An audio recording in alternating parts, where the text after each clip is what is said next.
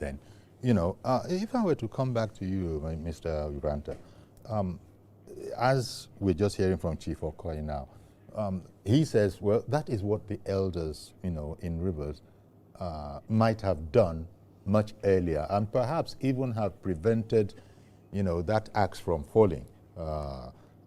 But now that we've heard from both parties, so as not to wallow too much in the past, now that we've heard from both parties, even separately and severally, that everything is in order again, they say that the words of our elders are words of wisdom.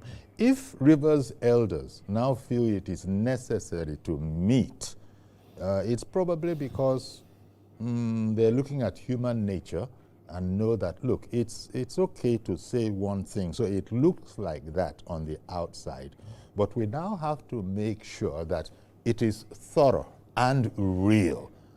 There's a way in which, of course, a smile can cover so much. Do you think that might be the motivation? Because these elders, they're very, very familiar with Wike, they're very, very familiar with Fubara. What do you think is going on in there? I think what the essence of this whole thing is to ensure that there is continuity. There is because time has been lost. Yes, yeah, of course.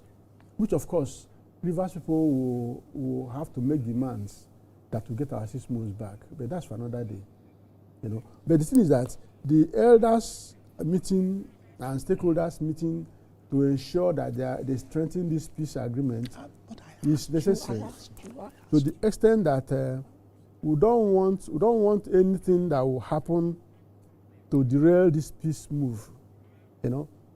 There are a few people who are saying that, like you stated in your intro, that there seem to be more of the people, you know, on one party, you know, predominantly in that gathering, and the other guy, the other party, the other principal is having, I mean, it's like a solo person. But what I would tell people is that the governor is a very meticulous person. He's not even the talking type that much. So, and he knows what he's doing.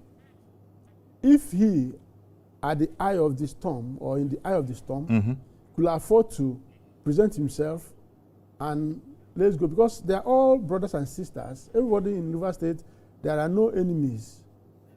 And, you know, it was Napoleon Bonaparte, after a certain war with the Russians, you know, Emperor Napoleon Bonaparte. You know, when after the war, of course, the French won. So, in the morning, he came around, he was moving around the battlefield, you know, trying to appraise what happened. And they heard the cry of a soldier somewhere within the area, this vicinity. And his aides ran and he got information that it's a Russian. Let's finish him at once. He said, no, don't do that. Say, after war, what is left is humanity. Okay. After the war, we are brothers, we are Rivers people. Every Rivers person must be concerned about the growth and development of the state. And this governor, the FCT minister, Mr. Barrister Wike, chose to support the governor because he saw the value in the governor, that he could actually, and the man is doing the job.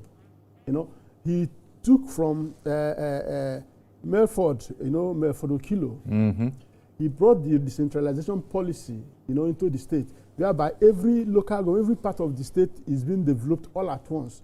So these are jobs, you know, jobs to give, you know, people focus or people centered leadership to the state.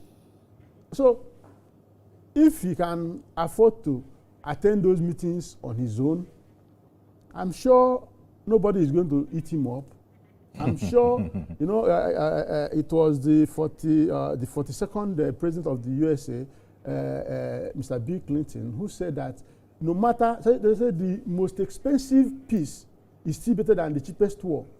So the governor is making sacrifices, like he has stated severally, that whatever it will take to ensure that there is peace in the state, that he's ready to go for it, and he's not joking about it. So I urge Rivers people, Riverians, to please let us all, from both parties, let us all give peace a chance, because that is the only atmosphere where development and dividend of democracy could reach the people of Rivers State. You know,